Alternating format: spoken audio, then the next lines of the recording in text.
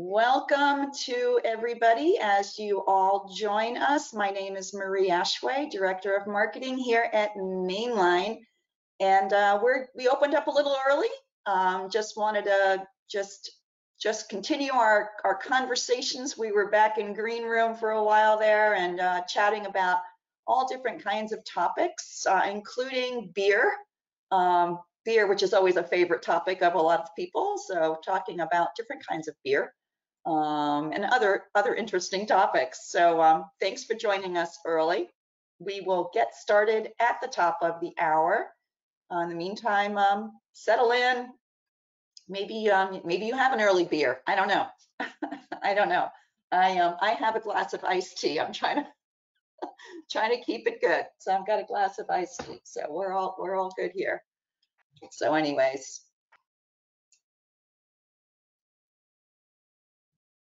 Maria, I generally can tell when the snowbirds are arriving here because you go to lunch and they're drinking beer and wine at lunchtime. So yeah, there you go. Yeah, there you go. Yeah. People that are not working. Yes, people that are not working. Yeah, it's funny, especially, and I don't know, I think it's probably now like all over Florida, but especially I think where I am, like I'm in Southwest Florida, so the whole southern. There's a lot of snowbirds and a lot of retirees, lots and lots of retirees. And people just they don't expect that you work. They just think everybody's retired. It's like, nope, not quite there yet. Not there yet. Yeah, so welcome to the attendees. Thank you for joining us a few minutes early. We opened early, just saying hi.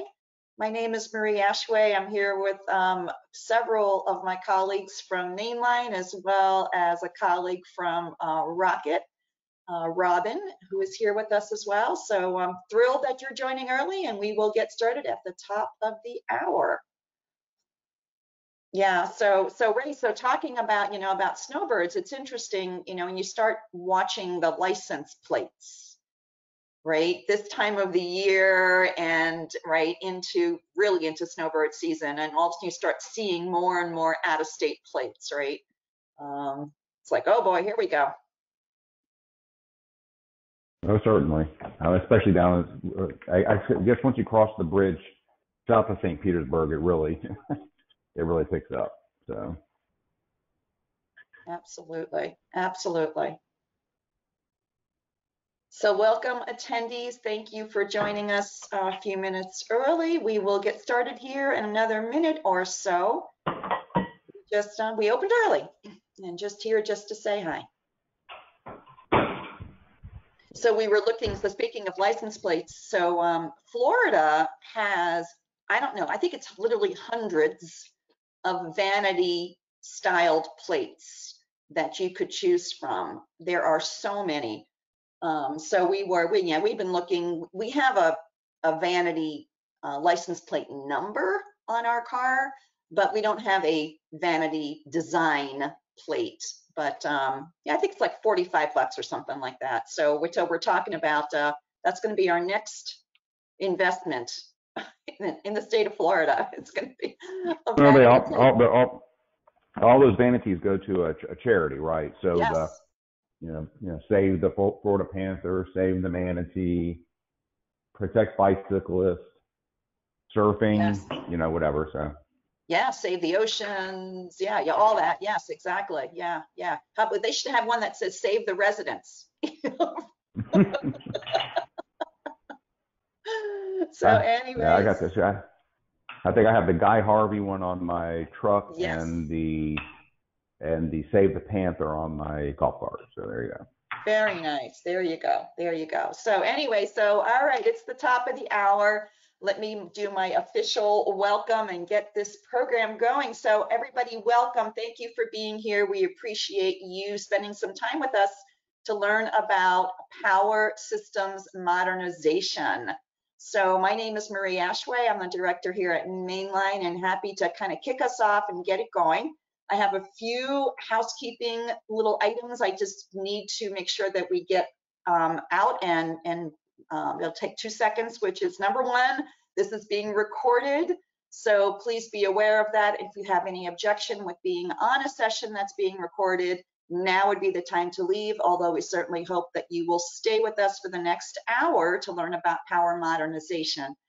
This replay will be posted up on mainline.com on our on-demand page.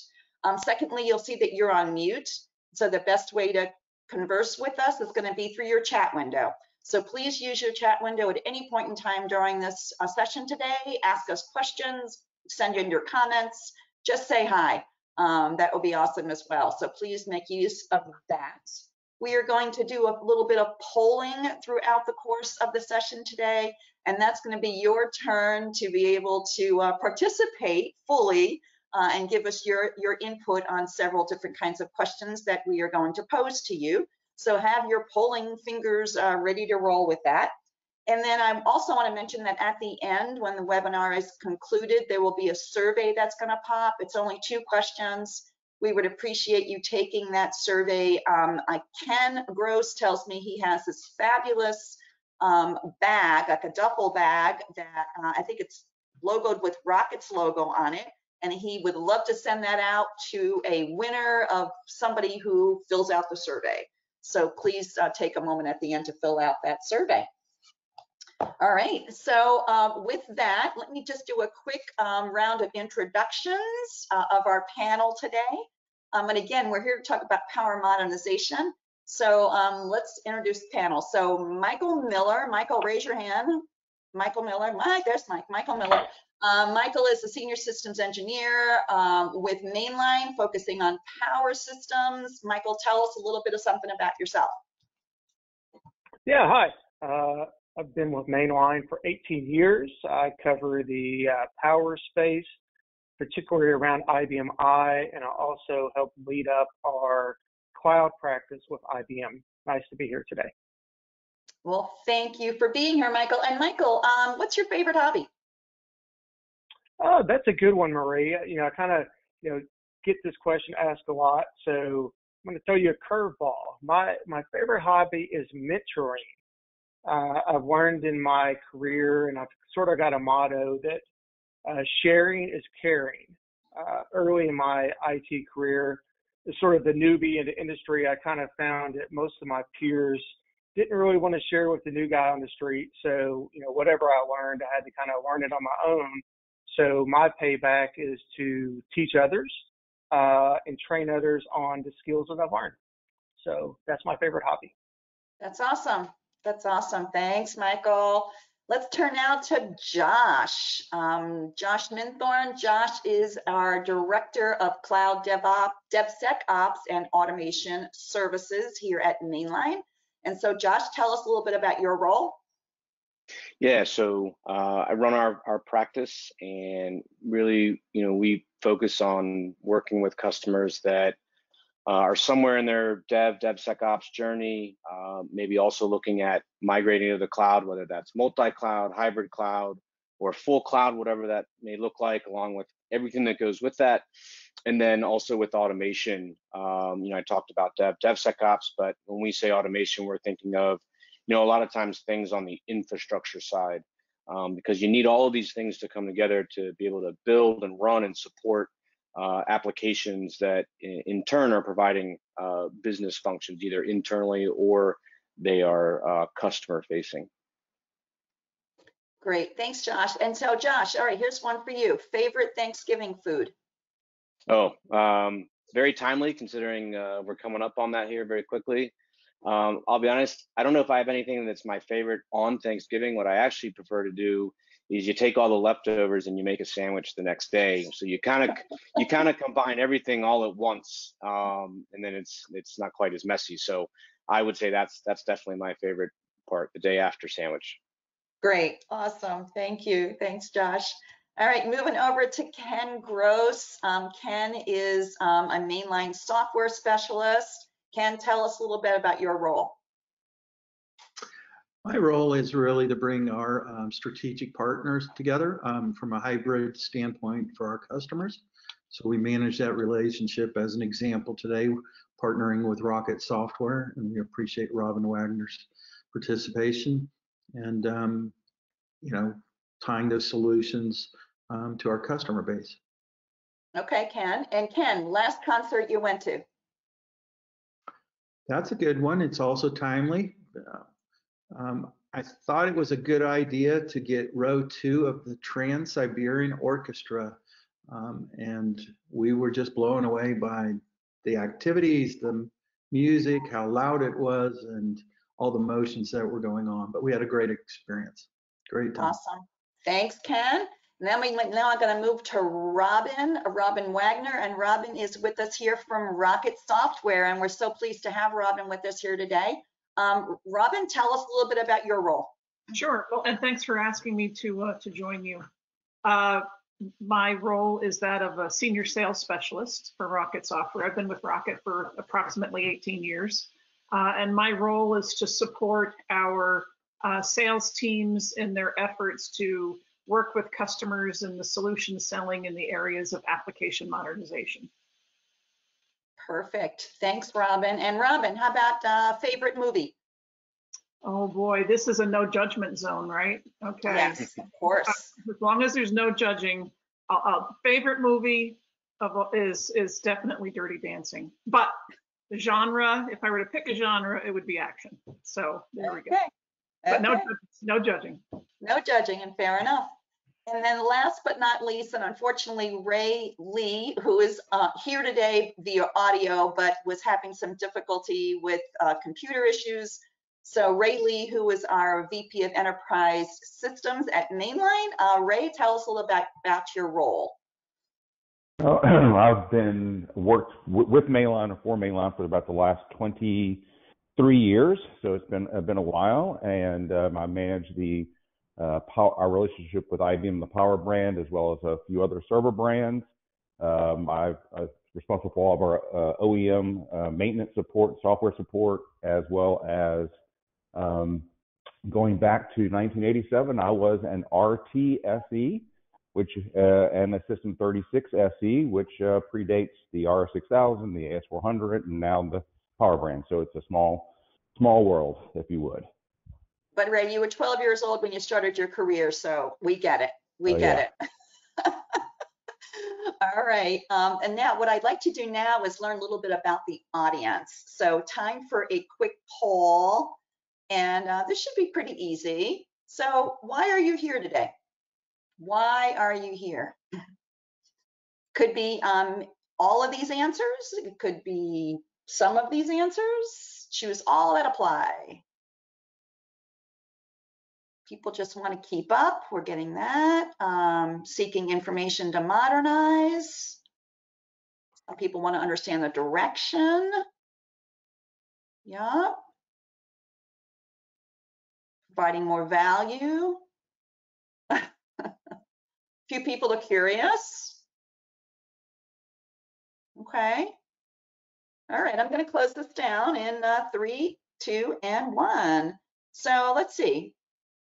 It looks like the majority of you said you're just keeping up on the latest. And then that was like 83% kind of came in there. And then a large number of you say you want to understand the direction, what's happening, and also are seeking information to modernize. So thank you for sharing that with us.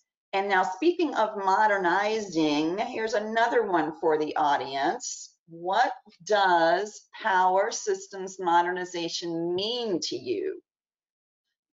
And you can choose all that apply.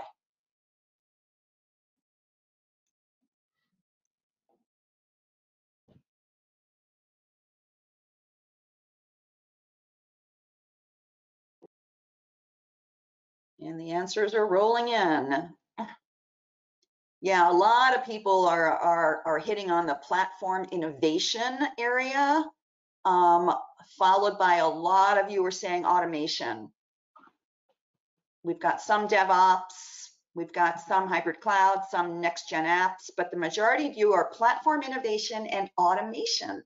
So very interesting. Great, I'm going to close this. 3, 2, and 1.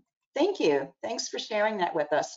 All right, so now that we know a little bit about you and why you're here and what modernization means to you, I am going to turn this over to Ken Gross, and Ken is going to start the conversation flowing with the rest of the panel. So Ken, it's all yours. Well, thanks so much, Marie.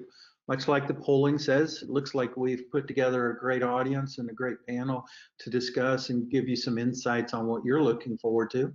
Today, we're going to touch upon DevOps and automation in particular, next-gen applications development, bringing it together with hybrid cloud, and then also talk about that infrastructure, the power innovations that we see with the platform itself. So let's jump right into the DevOps and automation with Josh. We hear DevOps, DevSecOps, automation a lot today in the articles that we read, the conferences that we go to. But what does really DevOps or DevSecOps and automation really mean to your part of the business, Josh? And what's the impact to our organizations as a customer? Yeah, so I think one of the important things is to understand that, DevOps, DevSecOps, or infrastructure automation is a way of thinking and approaching, how do you take, let's say, application code, or how do you manage infrastructure and go through the SDLC? It is not a particular tool or set of tools, because there's a lot of them that are out there.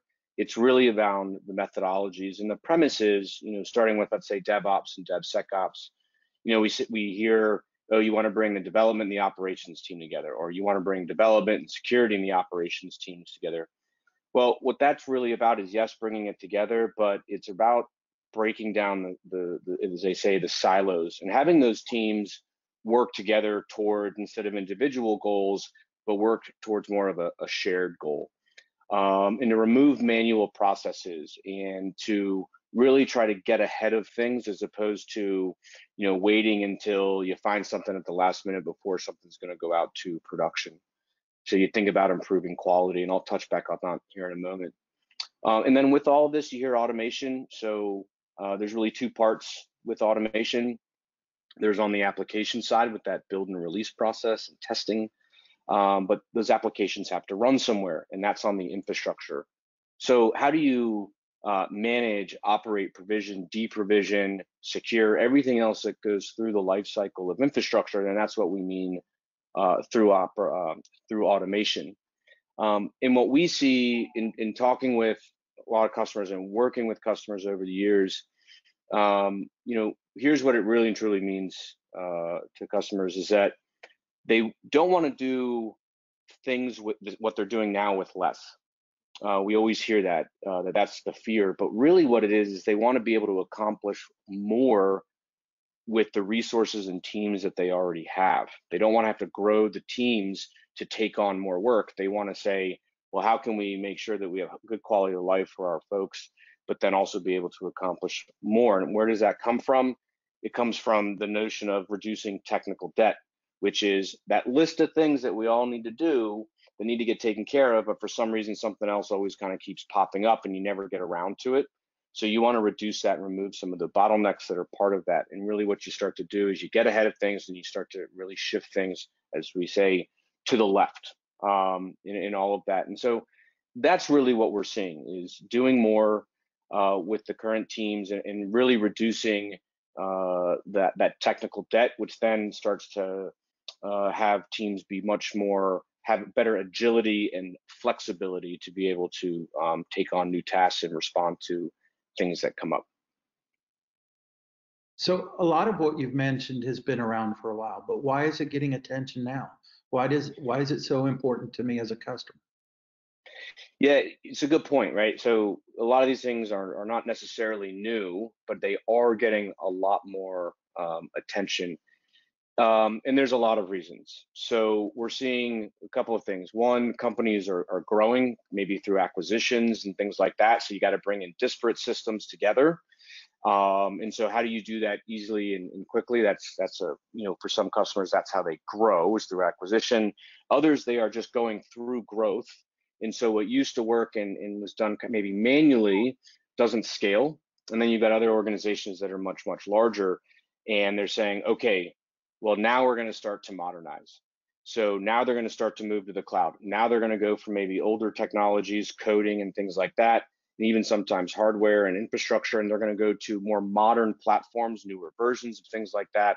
And so what they need to do is they need to take all of these things and start to automate and get all of these things done much faster, because things have to continue to run. So, but again, what we really see is two driving forces. We're starting to see application modernization, and then also a greater increase in acceleration in the adoption of the cloud, because it's very difficult to really and truly harness the things that the cloud gives you and the capabilities there if you just lift and shift what's in the data center. You can do that, but you're really just moving things. You're not actually getting the benefits that you are intending to get from going to the cloud, except for a much higher bill. So it's a lot of this transformational things. It's a lot of this innovation that's taking place that is now saying, how do we speed this up? And that's again where the DevOps, the DevSecOps, and the automation comes into play, because they also want to start to look at how they can optimize and do things better than that is currently being done. So you briefly touched upon some interesting things such as scalability and that infrastructure and so on, and the hardware. So let me bring in Michael. Michael, how do you see this from what you're hearing from your clients from an infrastructure side? Yeah, I think Josh hit on a couple key statements there. Doing more with less resources. Making things a much simpler process. And I could say over the past several months, we've sort of been inundated with a lot of requests from the power side, particularly IBM I customers, around the use of Ansible. Ansible's been out in the market for quite some time. It's sort of, the I people are typically the slow adopters to new technology, but now we're starting to see a greater influx of requests of using Ansible, particularly around change management, patching, PTFs, just trying to make that process a lot simpler, because, as Josh indicated, we all get busy in our current lives and jobs, and, we're working on something, we get pulled off on the other thing.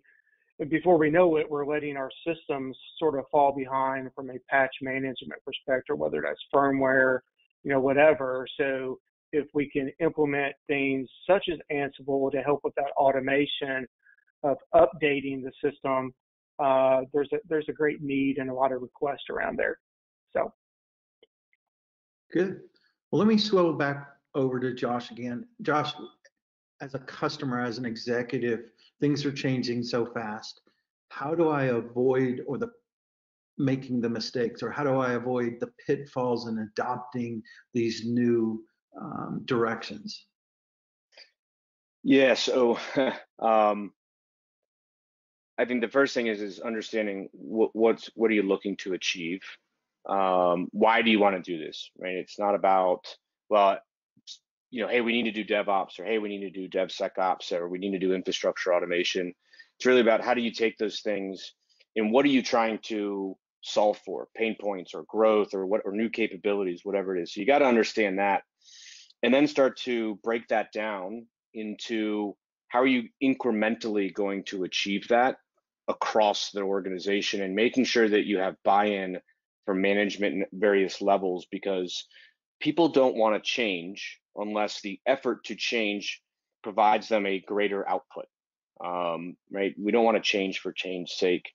And a lot of times what we see is that that's what happens. It's change for change's sake, or they try to boil the ocean and try to do all of it at once in this big bang effect, and it doesn't work, because people, again, have kind of their day jobs that they have to do. So you have to do this very incrementally, and you got to let success build upon success, and you got to say and understand that you got to fail forward, if you will. You got to learn from the mistakes and the challenges, and that needs to be across all of the groups, right? You start to share and enable one another, and that's how you start to adapt and grow things. And I think the other thing that is really a struggle is that a lot of organizations don't know what they have. So they can't manage and maintain and do all these other things when they don't know about it. We talk about, CMDBs and change management. A lot of times, organizations know with the things they need to go apply patches to, or this, that, or the other, but what about the things that haven't been touched in quite a while? And so you got to really also understand, what do you have, and take stock and inventory of everything. And that also goes back into doing a little bit of a time and starts to chart the course of where should you start to implement infrastructure automation? Where Then you start to adopt and implement DevOps and DevSecOps. And then you start to get into the methodologies, but then you start to get into the technologies and platforms that you want to start to standardize on as well. Sure, that's great. So let me bring Robin into this. Robin, what's the impact from your side, from a DevOps in particular at Rocket Software? Right. What we're seeing actually in this SMB space is a lot of merger and acquisition activity. So and we all know that SMB is IBM my sweet spot, right? So the smaller IBM shops are now being mandated to use a automated DevOps or an actual DevOps solution, whether it's because the corporate standard and corporate reporting, or because there are now new compliance issues that they may not have had before having been acquired. So that's what we're seeing. There's quite a few of those popping up. So. And that really helps us as a nice segue or transition in the next generation apps. That is your area of specialties and so on. I hesitate to use this, but I'm going to ask the question anyway, and hopefully you can help me really filter through this. Is we hear the word modernization a lot. From your point of view, from a DevOps perspective, help us better understand modernization as it applies to next-gen apps. Sure. And yes, Ken, you're absolutely right. We hear the term modernization, and it means different things to different people, and it's really just a very general term, right? So, in my world, what I'm talking about when I'm talking about application modernization for the IBM I and mainframe, when you think about it, all of the core business applications are running on these platforms, and they're often considered to be closed and proprietary. We hear that they're difficult to use and maintain. So our charter really is to help organizations refactor their investment in these applications by making them easily integrated to other applications, other platforms, making the development efforts agile and improving their time to market with solutions for the business, making them easier for the users to use. I'm amazed how week after week we get new customers coming on board where users are still using character-based green screens. And of course, making those applications easier to use is going to improve their customer satisfaction because that call center rep or that customer service rep is going to be that much better at their job if they have an application that's not making them scratch their heads wondering where they're supposed to navigate to get the answer for the customer, right? So with all of that, you're also going to need to identify areas for automation within the application. That's going to help you increase productivity. Really, at the end of the day, any of these initiatives carry a great ROI for the business. And just as a good example of the kind of productivity improvements you can find, we had a customer that had their Salesforce.com was their CRM. Their back office application for financials was on the IBM I. They used to take 3 full-time employees the last week of every month off of their real job and put them on the job of transcribing the billing data from the CRM at Salesforce.com into the financials application. So you can just imagine what that cost them just from an FTE perspective.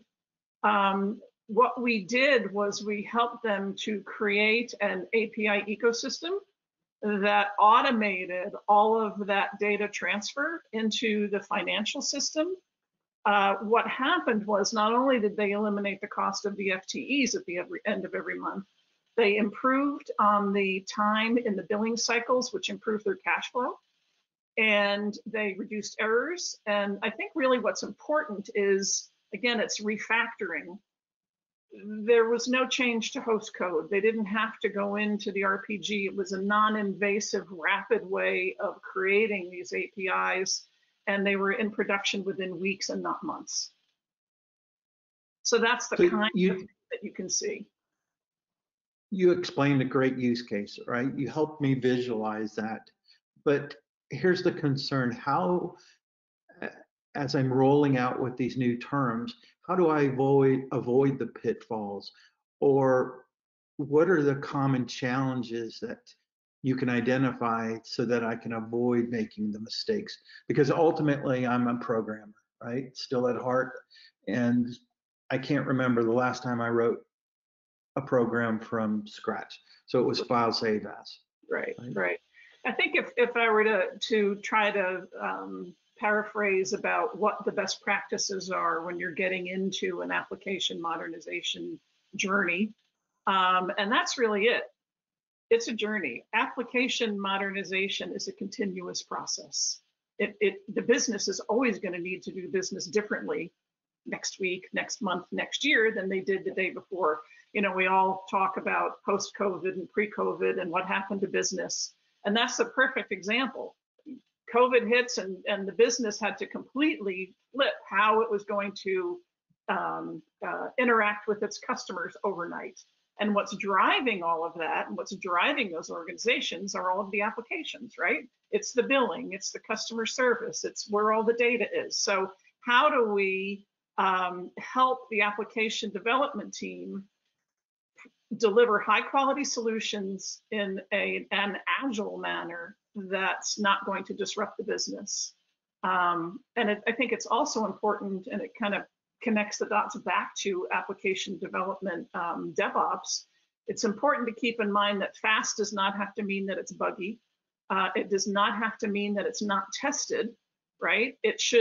You need, in addition to having a platform that's going to let you agilely react to the business's requirements, have a really robust DevOps process that really assures quality. You know, some of the other best practices are, hey, you need to determine how the users are using the application.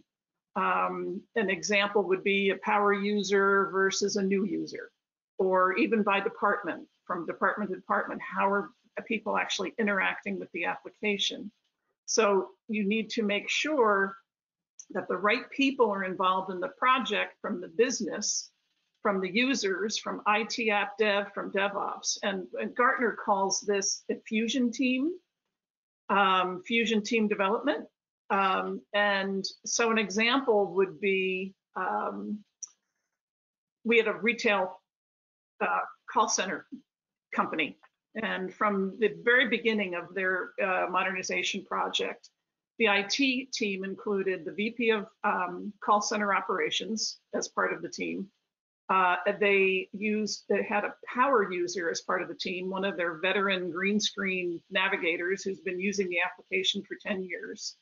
They had a new hire as part of the team, and that was an important part of the business because that was part of the problem. They had a seasonality to their business, so they had temp employees that they had to spin up and churn for a couple months and then release, right? So that was a big investment in terms of training these users how to use the application.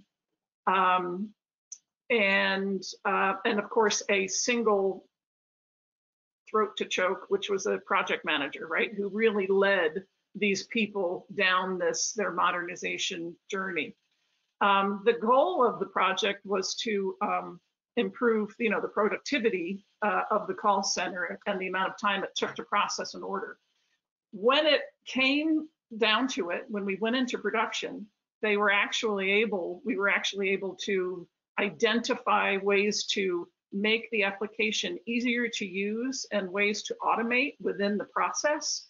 And we were able to take 50 seconds off of the time it took to process an order, not only for that new user, but for the veteran user who will often say, no, don't take my green screens away. I can do it with my eyes closed. And we were able to take 50 seconds off of their time to process an order. Their goal going into this, they got the budget and approval for the project if we could take 12 seconds off. So you can well imagine that they were quite happy with the results.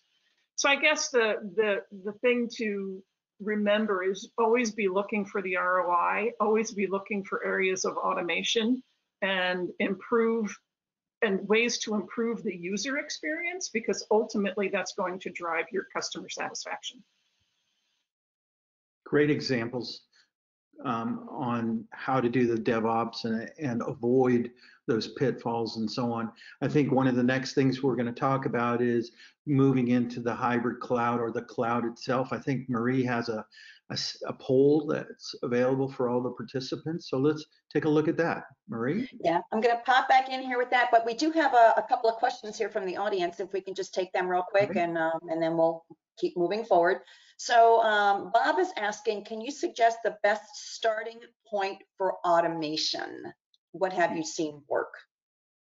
Well, the best starting point for automation is just really understanding how people are using the application, right? How do they interact with it? Where within the application can we consolidate from them having to navigate 5 screens to get at one piece of data?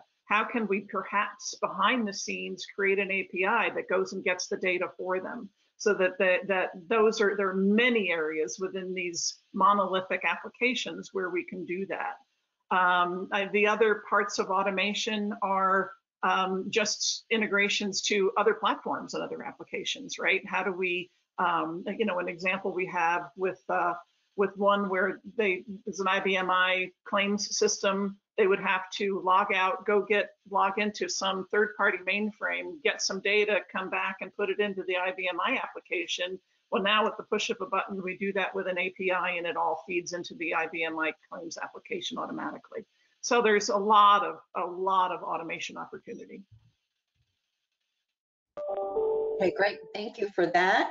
And then another question here, and this one is directed toward Robin. Robin, can you run the refactored application in the cloud? Yes, absolutely. Yep, it's completely cloud ready. Cool. All right. Well, thank you all for your questions, and keep them coming in, please, as we move forward. All right, here is another point of audience participation. Curious to know what your company or your organization's cloud status is today. Are you multi-cloud, hybrid cloud, single vendor, or you're on-prem for most of your apps? Where are you today? Okay, and many of you are saying that you're hybrid cloud. And I'm also seeing many of you that are saying that you are on-prem for most of your apps. All right, I'm going to close this down on 3, 2, and 1. And it was a 50-50. Half of you said hybrid cloud, and half of you said you're on-prem for most of your apps. So that will lead us right into, I think, Ken's next discussion point, which is hybrid cloud. Well, that's great feedback from the poll. It's what we're seeing from our customer base when we poll them or when we meet with the executives and so on. So that takes us right into Michael's area. Michael, what are some of the primary reasons you're seeing that clients are actually moving to a hybrid cloud environment? Yeah, thanks, Ken. I think there's 2 key words there, scalability and flexibility. That's generally what we're getting from our clients. We're typically, with an on-premise infrastructure environment, we've usually, typically sized those for a 3 to 5 year growth period. And a lot of times we're finding that, power in general, it keeps getting faster and faster from technology release to technology release. We're getting more cores, more sockets into a single chip. They're much faster. We're getting better ARPR, CPW performance out of these. So a lot of times we bring in an on-premise system, and right out of the gate, it's larger than what they need. So having that easy scalability and flexibility model coming out of the cloud environment really helps with that transition. We're also seeing some other use cases. 4 come to mind. One would be data center optimization. A lot of customers are looking to get out of their physical data centers due to cost with that. So, we can address that with a cloud solution. Some clients don't have that good business continuity. They're looking for some sort of hybrid approach where we can implement some sort of HADR strategy for them against their production assets today. So, a hybrid cloud offers that opportunity sort of as a starting point in your hybrid cloud journey, where maybe you start with a dev test environment, or maybe start with an HADR environment to kind of get comfortable with the cloud. Our whole call today is around modernization. And Josh and them have shared some good techniques about DevOps and that stuff. And, modernization in the cloud makes it a lot easier. As we said, we can lift and shift your environment into the cloud, but it gives you access to more cloud services from a modernization perspective. You can start using some Red Hat OpenShift, things like that kind of help modernize. You can use the Rocket software to help modernize your applications. And, lastly, customers are, looking to get away from a capital expense and move more to the traditional operating expense. So sort of a pay-as-you-go model, pay for only what you use versus, bringing in a lot of hardware gear on the floor that you may only be using 50% of that gear. So those are some of the areas that we're getting from our clients that are looking at hybrid cloud. So you touched upon a bunch of different aspects, but I, as an IT director, one of the greatest concerns is actually the challenge, around skill sets, both organically bringing in these new skill sets, as well as, let's just say, a fine bottle of wine has to retire at some point in time, right? How do I adapt into this with this new hybrid cloud environment? Yeah, that's, another nice feature here is it is sort of an infrastructure as a service model. So it's really taking the ownership of managing, installing, implementing the on-premise hardware gear, where we're sort of losing some of that skill set in the marketplace. All that ownership becomes, of that cloud provider. For IBM Cloud, for example, they manage the complete infrastructure stack, and the customer from that perspective is, responsible for the software layer and up.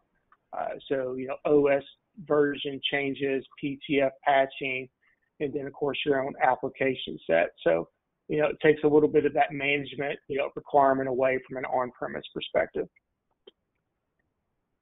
So one of the things that I'm hearing a lot about is hyperscalers, right? The cloud, the actual deployment. How do I know the resiliency or even my scalability that even a lot of our poll participants said our information is still on premise? Help me understand these hyperscalers, how they're able to deliver the resiliency and scalability that I normally had under my influence or control. Yeah, that's a great question. And scalability is key in the cloud offering. In IBM Cloud, we have the ability to, offer both scale out and enterprise class servers.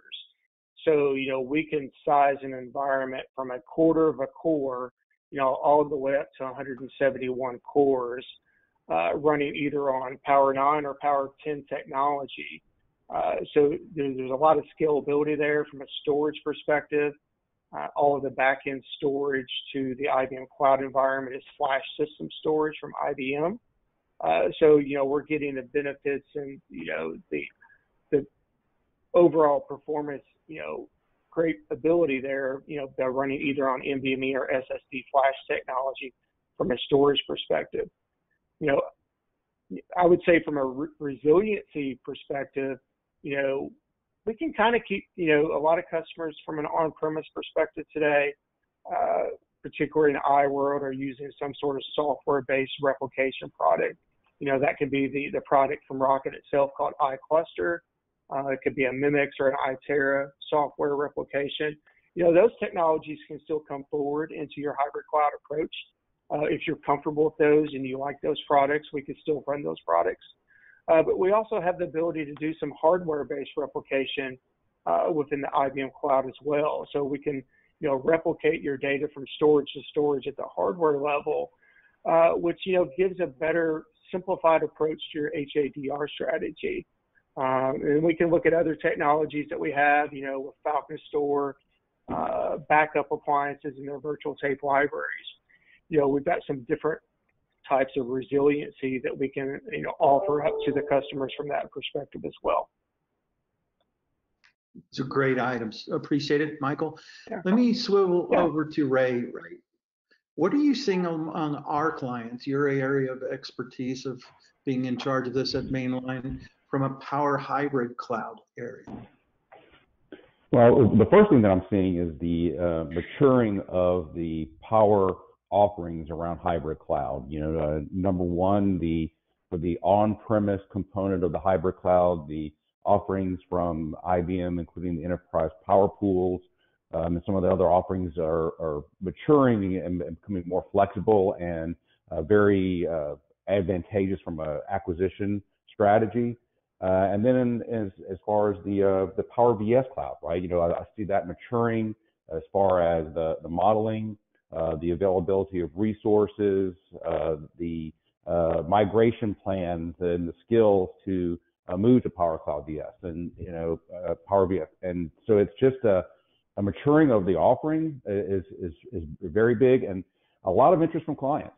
I mean, I would say that the number of clients that have closed contracts for Power VS and hybrid cloud this year is up significantly year over year, and the number of customers inquiring about it is continuing to grow. So and it's very interesting because it's you would think that maybe it would be maybe some smaller clients that had small workloads ready to move or wanting to move them, but recently closed a very large contract for a client that had a significant investment in on-premise power servers, and they're really moving their entire operation to a hybrid cloud environment. So it's pretty widespread here. Good. Let's dive a little bit deeper into the platform itself. Can you give us some updates that you're seeing that are important to myself as a customer? Yeah, I mean, a little less than 2 years ago, IBM, of course, introduced the Power 10 servers, which had updated chipsets, higher performance, more density, better power usage.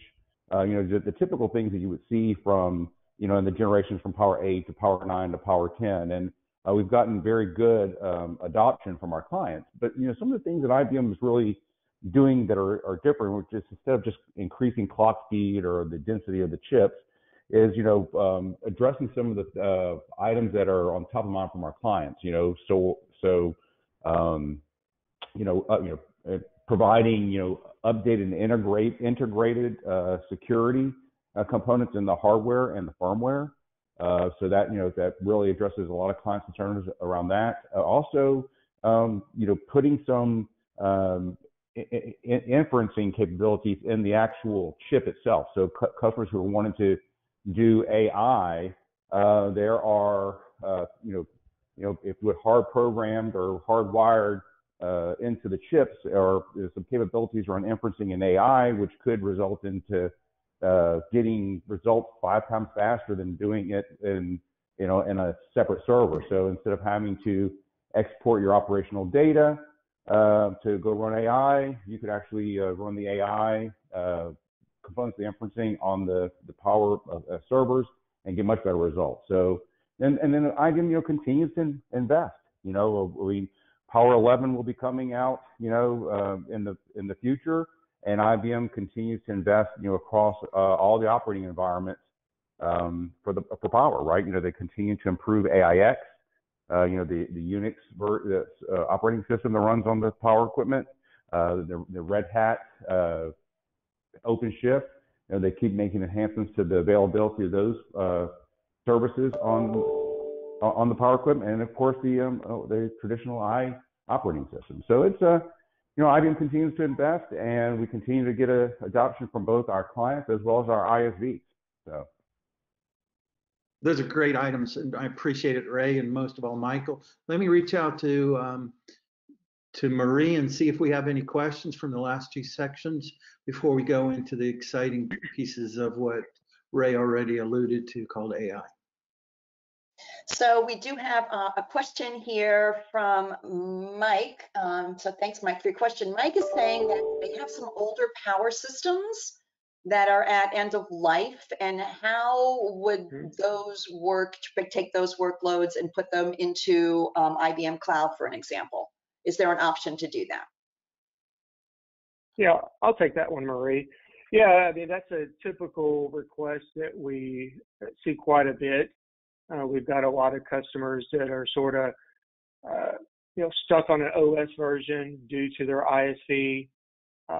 Some that come to mind is JD Edwards. They're so far behind in that software version that it's not an easy upgrade to get into the new version or transitioning to Oracle per se. So they're kind of stuck at an OS level. And then it kind of ties back into the hardware from an on-premise perspective too, because a lot of these older versions are only supported on certain pieces of hardware. Now, Power 8 going into support next year, customers like, oh, what do I do? IBM's not going to give me support. I'm already on extended support from an operating system. What can we do? So that's where IBM Cloud Power VS is sort of favorable, because we can lift and shift that environment and put it in the IBM Cloud. And likely we can run you on a newer piece of hardware, but we can still support. Currently, we're supporting back to version 7.1. So we know the current supported versions today from an IBM I perspective specifically are 7.4 and 7.5. 7.3 just went into support in September of this year. So we can support, from an I perspective, all the way back to 7.1 running in Power VS. So we have some options for you for sure. Super. Thank you. Thanks for the answer, Mike, and thank you for the question, the other Mike. Appreciate that. Yeah. So Ken, let's go ahead and, if it's okay with you, pop this one last audience participation poll, because I know you want to get into some other hot topics as we're wrapping up today. So this is time for audience participation. All right, so now we're looking for your highest priorities for your enterprise. And you can choose more than one because you might have different priorities that are high. But what is the business looking at? What is important to the business? Yep, cyber resiliency, cybersecurity is definitely a big one. Yep, seeing a lot of that. Also seeing a lot of cost reduction. Absolutely. Automation is getting a lot of high answers here. So that's exciting. I'm glad to hear that. Very good. All right, I'm going to close this, but I also want to quickly share this out because I think this is interesting for you all to see what your fellow attendees had to say. So look at these numbers. So 88% are saying that cybersecurity and resiliency, right? That's like super important to your business. Followed by cost reduction, automation, scalability, and AI. We're not quite there yet, right? I think people are looking at that, taking a look, and not quite ready to engage in the business with a lot of AI. So with that, I'm going to turn it back to Ken to wrap up with a few hot remaining topics. Go ahead, Ken. Great polling answers, and we appreciate everybody's contributions to that. We follow exactly into it. There's many of us at Mainline that are positioning, that are scratching our heads or identifying how AI can help you in the IT business world. As an example, I just wanted to highlight, as you're researching this and you're finding out that AI can extend into the IT area, here's some examples of that. We've seen some significant changes or impact around IT support, help desk support, integration of AI and business practices, high availability and disaster recovery, as well as security are the three top areas where we're seeing AI can contribute to your success. And in particular, let me use an example of high availability, disaster recovery, or a business continuity, where it can help you deal with the situations where time and speed are critical, where you know your best practices are documented and you fed these elements into the AI engine, you can now avoid a looming disaster. So we've seen these use cases that are being identified, how they can actually help you visualize how this new GPT engine can help you in your traditional IT office area. Primarily, you'll see a lot around versions that are helping you from an AI ops and operations, artificial intelligence, diagnosis, and avoiding those sensitive areas. But let me reach out to Josh and say, what are some of the highlights where you see AI helping us from a DevOps perspective? Yeah, I will say that AI and DevOps is still early on and maturing, and I think not only in terms of offerings and things that are out in the market and platforms, but also as we just saw with the poll, companies trying to adopt it, because a lot of times they're looking at AI from a business perspective before it's going to really come down to maybe some of the more things around the IT side. But Ken, you hit on something by the name, AI ops, which is right. You take an AI and you're moving it into operations, and what we're starting to see a little bit on the DevOps side, not necessarily on the application side, but we tend to see it more on the infrastructure side, both on-prem and actually in the cloud, is instead of somebody getting an alert, something has happened, and then they have to research it and go and do something, right? AI is starting to look at things and recognize events before they happen and then do something about that and respond, or an event has come up and it looks at a lot of pieces of criteria around the event and then will also respond, right? Spin down infrastructure, spin up infrastructure, move traffic, and kind of all of those sorts of things. So we're starting to see it where it takes the human element out, only from the standpoint of being able to respond faster. It still has to be told what it should do, but again, it's being able to respond faster. That goes back to business continuity and the impact on, how are customers feeling that impact, if they are at all. And we also start to see it, especially around businesses that have seasonality, whether that's in a year or in a month or in a certain day and things like that, being able to automatically scale resources to prepare and then automatically scale it down, as opposed to somebody to maybe have to do those calculations like they used to, or especially with the cloud, you don't have to have all this capacity sitting out there so that your top limit. You can actually just run what you need to run at any given time. Well, that's a great point. Appreciate it, Josh. So let me throw one last question out to the panelists. It's an open panel answer, so anyone can jump in on this. And every company knows it needs to do more with its data and gain actionable insights faster. In your opinion, for companies doing it right, what sets them apart?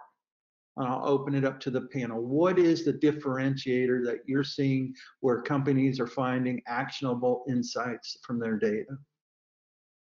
I think one of the things that we're seeing, and Robin hit on this, is a lot of customers move data around all over the place. Myself, I'm not a fan of that, because every time you move data, every place that data exists, it's now stale, and it actually increases your attack surface from a security standpoint. I'm a fan of keep your data in one place and let things or people, whatever that need, come and get that data, and that is through APIs. So when we see the customers that are really harnessing their data, they have built an API strategy around it, and therefore they're focused on getting and looking at the data, as opposed to spending a lot of time and resources in moving the data and syncing data and making sure it's up to date and managing everything else that goes along with that. All right. Anyone else? I'll take that as no. Marie, I want to reach out to you again in case we have any final questions from the audience. Oops, I was on mute, sorry. We do not have any more questions at the moment. The question window is quiet, but I did want to make a comment to the audience. There is a handout in the GoToWebinar handout window that you all have access to. Feel free to download that. Now would be a great time to do that if you haven't already grabbed that little handout. It's a nice little one-pager about modernization on enterprise servers, including Power Systems. So if they want to go ahead and grab that, now would be a great time to do that. And Ken, I don't have any other questions from the audience. Well, good. So let me take a quick minute and thank the panel. For instance, Robin Barley Wagner, thank you for attending from a Rocket perspective and providing us the insights from your direction.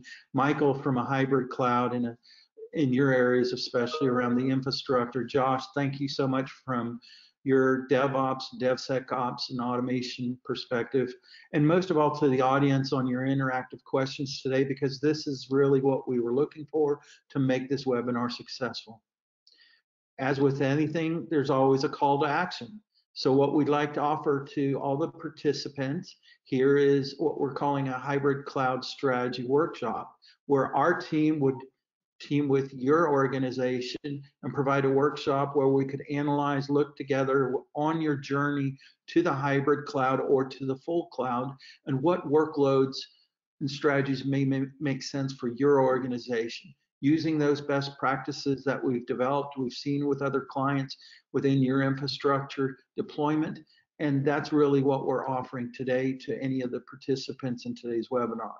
So a reminder, take the survey at the end, tell us about the interest around the workshop offer, and most of all, it's all about free things. So we'll select a winner to get a Rocket Software and Mainline cooler bag, and we'll ship that to you. So again, thank you very much for your participation, and I'll turn it over to Marie for closing. Okay, great. Thank you so much. Thanks to everybody. Thanks to the audience. Again, this will be posted up on mainline.com on our on-demand page in probably a couple of days. So feel free to share with your colleagues, anybody else that you think might be interested. We appreciate your time, and we will hopefully see you here again real soon. So thank you all. Thank you, everyone.